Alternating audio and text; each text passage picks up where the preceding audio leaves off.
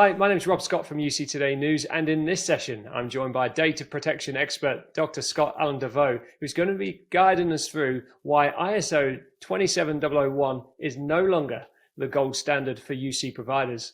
Welcome, Scott. Thank you. Good to see you, Scott. Thanks for joining me. Interesting session lined up, but first of all, ISO 27001 has long been the gold standard for many UC providers, ensuring obviously information security. And is it still as important as ever? What do you think? Well, let's talk about this. I'd say yes and I'd say no. Let me unpack what I mean by that. First, in one way, ISO 27001 is still relevant, and I would say it's still needed. But for many UC operators and cloud service providers, I'd say ISO 27001 in today's modern age is just the beginning. So, most UC providers will fall short of proper data protections if ISO 27001 is the best they have to offer. And when I say fall short, I'd say fall short of being able to meet contractual obligations and statutory obligations. So I'd say you make a good point, Rob. The ISO 27001 was the gold standard and was once the gold standard, but the goal line has moved. And ISO 27001 is really now just the starting point. It's the foundation. And there's other data protections that can be stacked on top of ISO 27001. So it really works better when it's paired with other ISO standards that bring new heightened protections to a cloud service operator. So don't get me wrong, if a UC operator or a cloud service provider doesn't have ISO 27001, I'd still say, make that your very first check before giving someone your business. But the second reason is ISO 27001 is a standard related to risk management and security, but it lacks ways to really deal with privacy and to handle privacy. Security, we've talked about before, is related to privacy, but it's also a completely different topic. When we think about security, we think about keeping secret things secret, or security is also about ensuring your available service is always available. So that's security. But privacy is different. Privacy is ISO 27001 doesn't really have a straightforward way to be able to talk about privacy. It doesn't have a privacy vocabulary, and it doesn't have ways to manage privacy responsibilities. So when we're talking about privacy for many UC entities, it's a whole new world of policy and practice. Privacy is about having a lawful basis to be able to have customer data, to be able to have personal data, to be able to have sensitive data. Privacy is about ensuring data subject rights are well understood and data subjects can access information.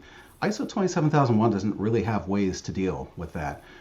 Privacy is about ensuring that data subjects can object to certain ways of processing their information, can object to automated decision making. Privacy is about ensuring data subjects can ask for their data in a portable format, or they can exercise their right to be forgotten. So these are matters of privacy, not security. And ISO 27001 doesn't really have a framework for dealing with those kinds of privacy rights. Yet, UC providers, they have contractual obligations and they have statutory obligations to be able to manage privacy rights.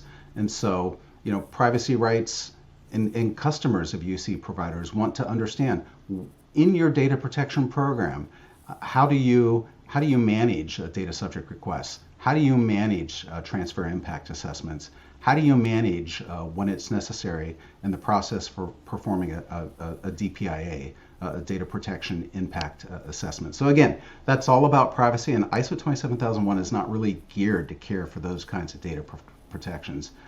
Finally, I'd say ISO 27001 is really now intended just to be the baseline. It's the starting point.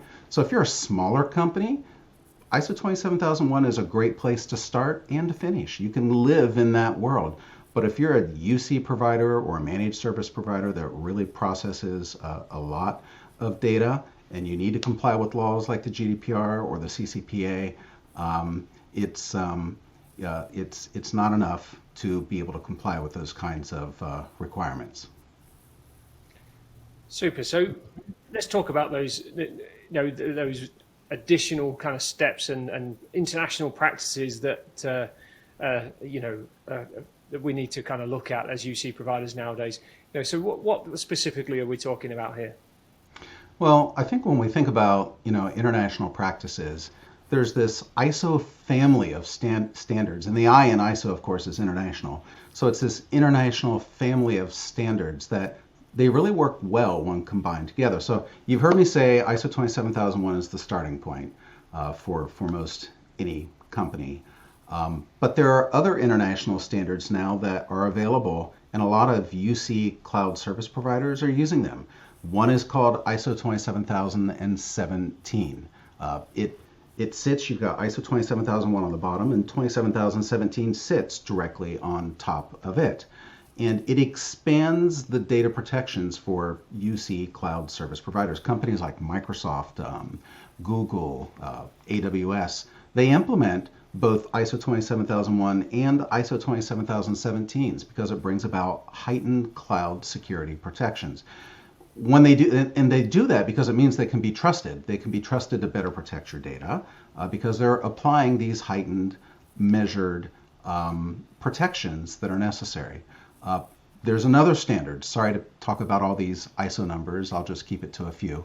There's one called ISO 27018, and it's specific to privacy. 27017, specific to cloud security. 27018, specific to cloud privacy. Again, you have large customers that we all know, customers like Zendesk, Salesforce, Dropbox, UC or providers that are out there. They've implemented ISO 27018 because it brings these types of privacy protections. Most organizations stack these international practices together. So they'll have ISO 27001 on the bottom, and then they put 27017 on top of that. Then they layer 27018 on top of that.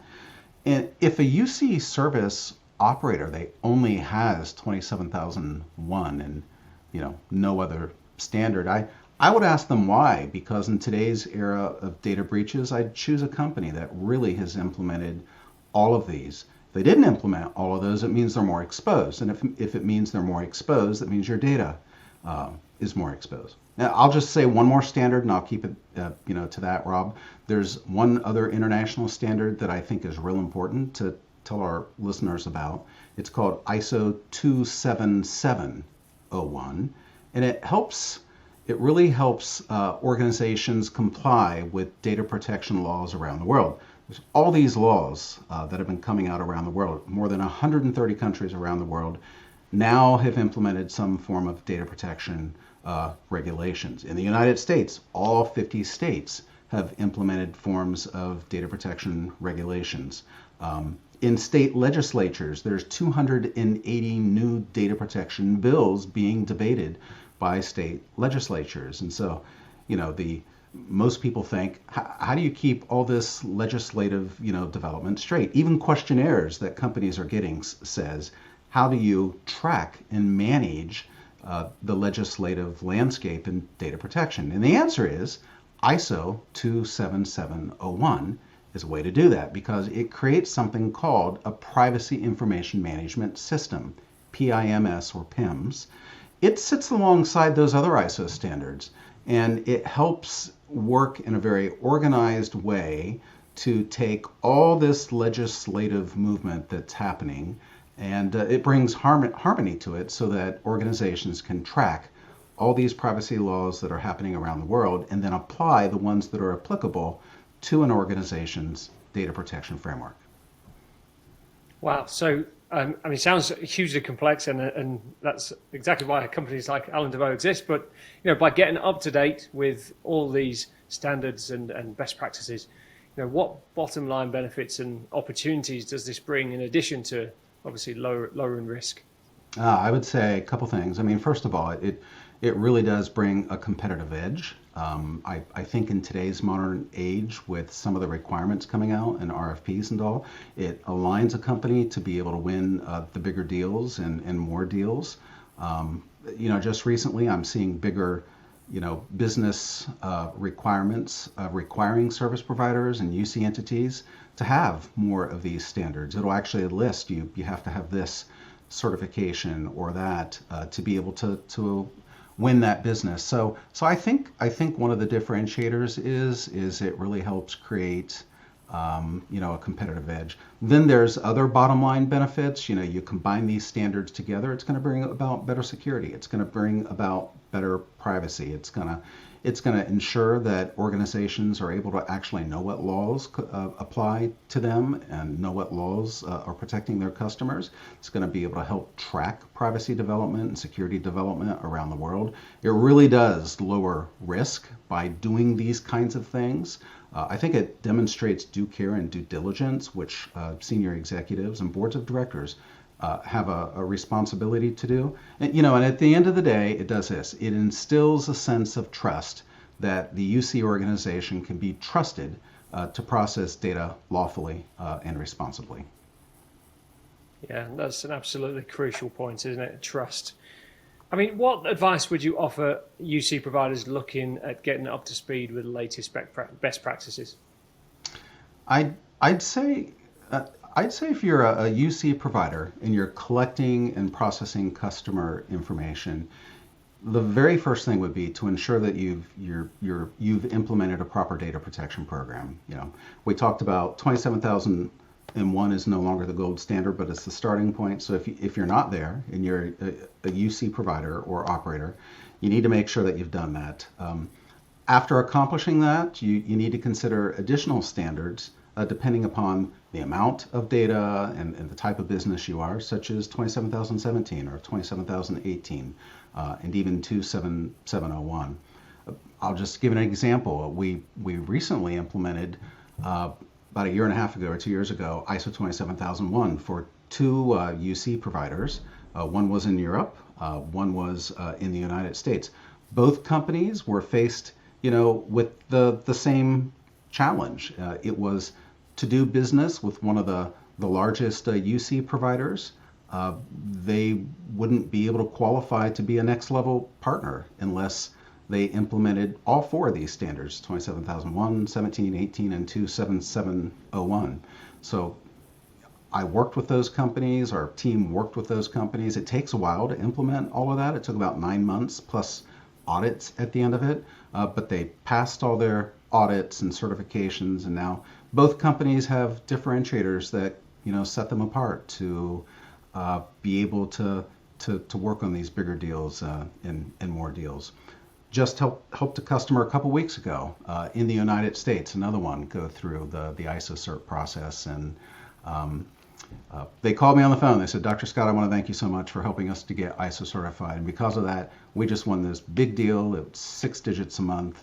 We wouldn't have been able to do that unless we did it. So it's opened us up to a whole new world of opportunities, and send us the proposal now to implement the next set of ISO standards. We're really seeing how this is making a difference. So I'd conclude by saying my overall advice to service providers is pretty simple. If you don't have a formal data protection program, you need to start by implementing that right away. And if you do have one, but it's a simple one like SOC 2 or ISO 27001, consider taking that to the next step, because while security is important, I think the year 2023 is turning out to really be the year of privacy. We're seeing this happen in legislatures, all over in parliaments all over the world. Privacy is here to stay. And so if any of the listeners have any questions about that, reach out to me. I'd be happy to provide you with feedback on your specific situation. And that's a great place to finish, isn't it? Well, I'm afraid that's all we've got time for today. Scott, it's been really good talking to you today. Thank you so much for joining me. Thank you, Rob. Appreciate it. And thanks to everyone for tuning in. If you've got some good takeaways from today's session, do give us a quick mention on social and subscribe to our channel for more industry news and insights. I'm Rob Scott from UC Today. Thanks for watching.